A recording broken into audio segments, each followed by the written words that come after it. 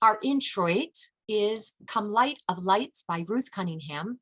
And this morning with Nick's playing, we will sing this through 3 times. I will start, followed by Brenda, followed by Clinton and Karen. So please join us in singing from your muted spaces, Come Light of Lights.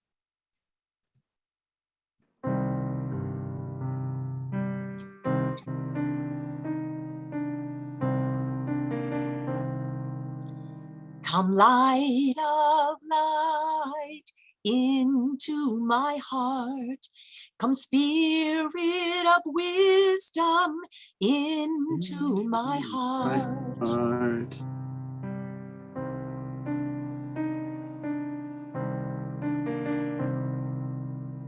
Come light of light into my heart. Come spirit of wisdom into my heart.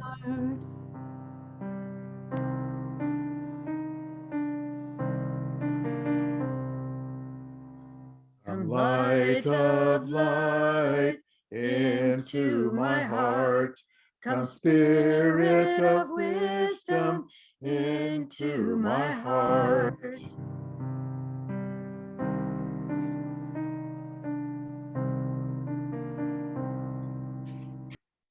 Our scripture for today is from 1 Corinthians 12, verses 12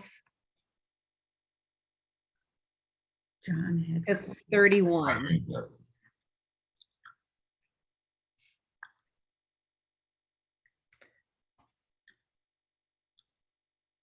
Hear now the reading of the word. The body is one, even though it has many parts. All the parts, many though they are, comprise a single body. And so it is with Christ. It was by one Spirit that all of us, whether we are Jews or Greeks, slaves or citizens, were baptized into one body. All of us have been given to drink of the one Spirit, and that body is not one part, it is many.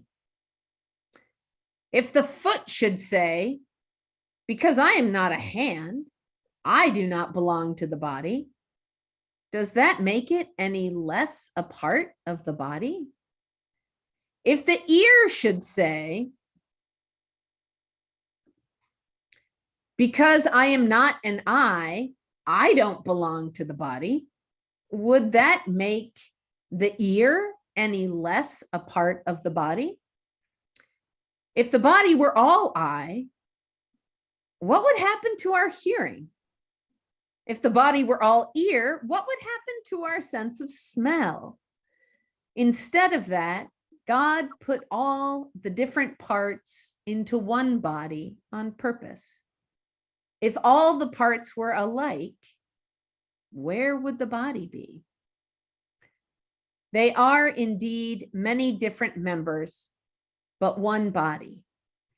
The eye cannot say to the hand, I do not need you, any more than the head can say to the feet, I don't need you. And even those members of the body which seem less important are in fact indispensable. We honor the members we consider less honorable by clothing them with greater care, thus bestowing on the less presentable a propriety which the more presentable do not need. God has so constructed the body as to give greater honor to the lowly members, that there may be no dissension in the body, but that all the members may be concerned for one another. If one member suffers, all the members suffer with it. If one member is honored, all the members share its joy. You then are the body of Christ, and each of you is a member of it. Furthermore, God has set up in the church, first, apostles, second, prophets, third, teachers, then miracle workers, healers, assistants, administrators, and those who speak in tongues. Are all apostles? Are all prophets? Are all teachers? Do all work miracles or have the gift of healing? Do all speak in tongues, or do all have the gift of interpretation of tongues? Set your hearts on the greater gifts. But now I will show you the way which surpasses all the others. The word of God for the people of God. Thanks be to God. Will you all join with me in a brief moment of prayer? Gracious and holy God, we have gathered here to learn, to love, and to pray. For this gathering, we give thanks. Now may the words of my mouth and the meditations of all of our hearts together be acceptable to you, O God, for you are our rock and our Redeemer. Amen.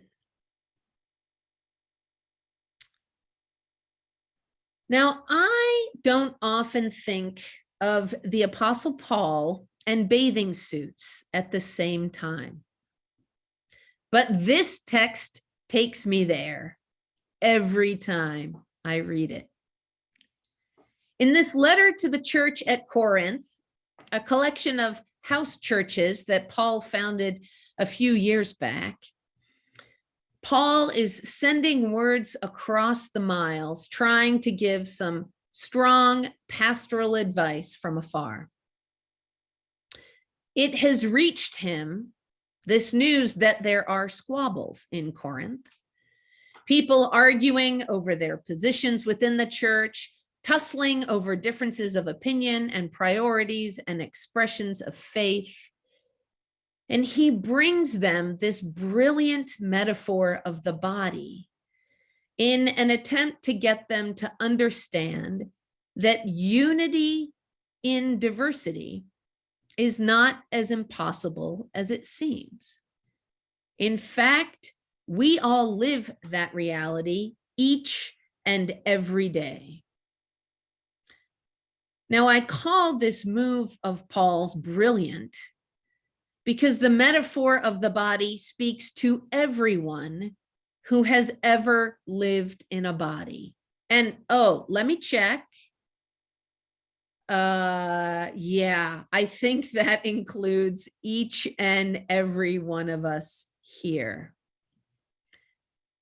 We all know that our bodies are made up of many parts which on good days all work together.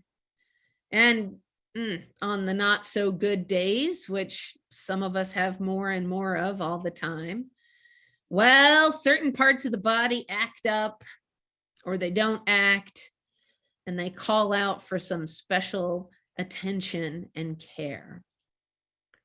Now, we all understand that the ear has a part to play that is different from the eye, but we cherish the role of the ear just as much as we do the eye or the nose or the mouth or the, elbow or the big toe, which so often seems to just exist to stub into things, but actually plays a vital role in maintaining our balance and helping us stay upright. I love this question that Paul raises. If we were all eye, what would that be like? We would be like some sci-fi horror creature, completely unbalanced, unfunctional, serving only to bring terror in the lives of others. We know that the body depends on all of its parts, and we want the body to work. We want all of the body's parts to work together in harmony. We know that when one part hurts, it affects the whole. I don't have to tell you that, neither does Paul. I think we all know it in our own bodies. But Paul also lifts up how we treat the parts of our bodies that are most private, most unpresentable, the parts we cover up with care when we are out in public. Nah, that brings me to Paul and the bathing suits. The parts of us that are most vulnerable, that are most private, they are the parts that we pay the closest attention to. We want to make sure that we cover up those parts of ourselves that we are maybe embarrassed about, don't want other people to see. But at the same time, those parts of our bodies, our body of faith and our own personal bodies, the parts that we treat most tenderly, that we are most protective of, the parts that make us feel the most vulnerable, they are often the same parts that have the power to bring us the greatest joy. They can also bring us great sorrow. And so this metaphor of the body, my friends, it reminds us so poignantly, in such a tactile and real and known way, it reminds us of our own interdependence, that we depend on one another, that we depend on God, and that God in turn depends on all of us. In other places in the New Testament, we read about how Christ is the head of the body. But here, Paul says, Christ is the body and you all are the body. And we can't cut ourselves off. I mean, we can try, but ultimately we are all still connected. Now, at the very end of this reading, Paul gives us a hint about what comes next. Paul says, strive for the greater gifts. But the greatest of these, well, I'll tell you about that. And we're going to talk about that more next week at our special Jazz in January service, where we lift up with music and celebration the glory that is love. But it's true, my friends, that for our bodies to work, we must show love and care for them. Tenderness, attention, giving in to the parts that need a little more love and care, and also pushing on in firm tenderness when that is what the body calls for.